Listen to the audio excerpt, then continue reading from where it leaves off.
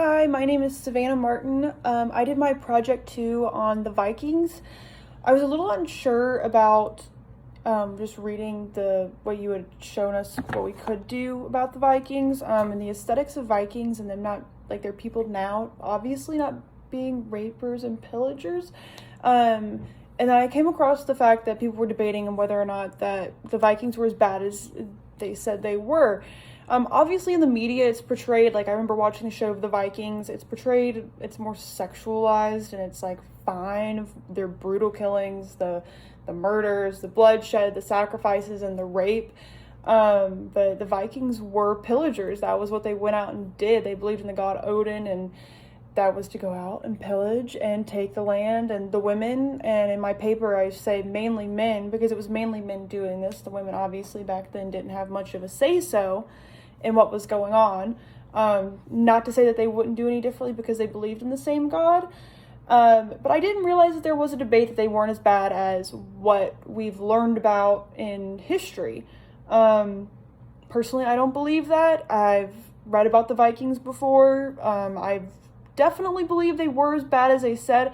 Now, in this, it goes over, obviously, how are they supposed to keep a culture, a civilization alive if all they're doing is murdering and raping? And that was a great question. It made me think. I don't think that that's a very good one, but they're still alive today. Obviously, it's a very small population. I mean, you have Denmark, that's, Iceland, Swedish, Norwegian. They all come from the descents of the Vikings. But the big one in there is rape and pillage. I mean, most of the time, yes, they did kill women, but they raped them and kept them alive. And, they didn't have birth control back then. They had different forms of getting rid of a child. Like, you could drink teas, but you didn't do that. It was very hard to come by back then. You still had the baby. That's why I don't understand where the question comes into play. They were still brutal. The phrase rape and pillage literally came from the Vikings culture. It says that in my paper. It's quoted. I don't understand where this debate comes from. Obviously today there are no war crimes that these people are committing because they don't hold the same tradition. Obviously they don't believe in the god Odin. I'm sure a minute population does, but it is not as significant as what the Vikings were hundreds of years ago. Now, I think where the question of were they as bad as they were said comes into, the Europeans also committed heinous war crimes, and I think they played off what they did and said, oh, well, it wasn't as bad as what the Vikings did.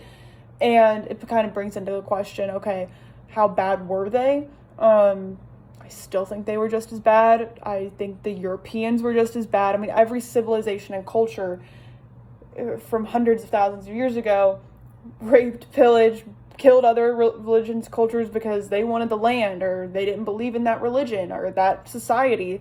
I mean, no matter what, they still did what they did. I don't particularly understand that question, but it was interesting to read about it. I did get a kick out of it. I still liked the Great Wall of Zimbabwe a bit more because that one is just like even more of a question in itself. But I don't believe that they didn't come off as, raping and pillaging.